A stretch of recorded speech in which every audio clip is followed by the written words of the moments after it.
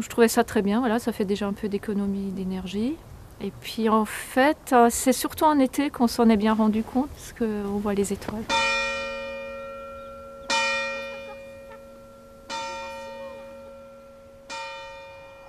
Au printemps 2008, nous avons décidé d'interrompre l'éclairage public de 0h à 6h du matin. Et cette mesure est entrée en vigueur au mois d'août de la même année.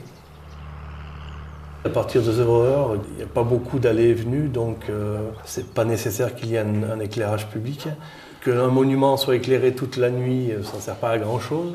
Voilà, c'est ce qui nous a un peu poussé à prendre cette décision.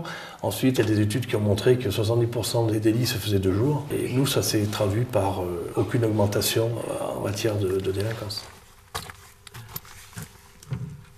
Là, il y a l'horloge qui nous permet de couper l'éclairage public, de le mettre en route et de le couper. Les horloges, il y en a deux. Il y en a une ici au village du bas et une au village du haut, environ 600 € pour les deux. Donc c'est quelque chose qu'on a amorti sur 2 ans. Je trouve ça très positif d'économiser l'énergie et d'éteindre les lumières à minuit. À 3 h du matin, il n'y a plus personne à Suse, hein, c'est sûr. Donc c'est une petite économie peut-être, mais peut-être pas si neutre que ça. Et je trouve ça très, très positif.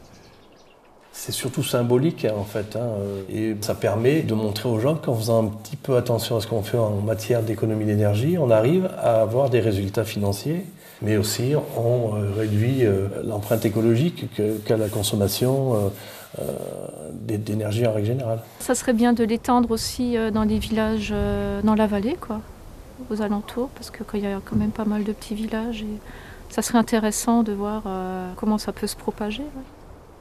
Il y a eu un petit effet boule de neige qui a commencé par la commune d'Aigrailles et ainsi que la commune de Plandevé qui a elle aussi décidé d'éteindre la lumière.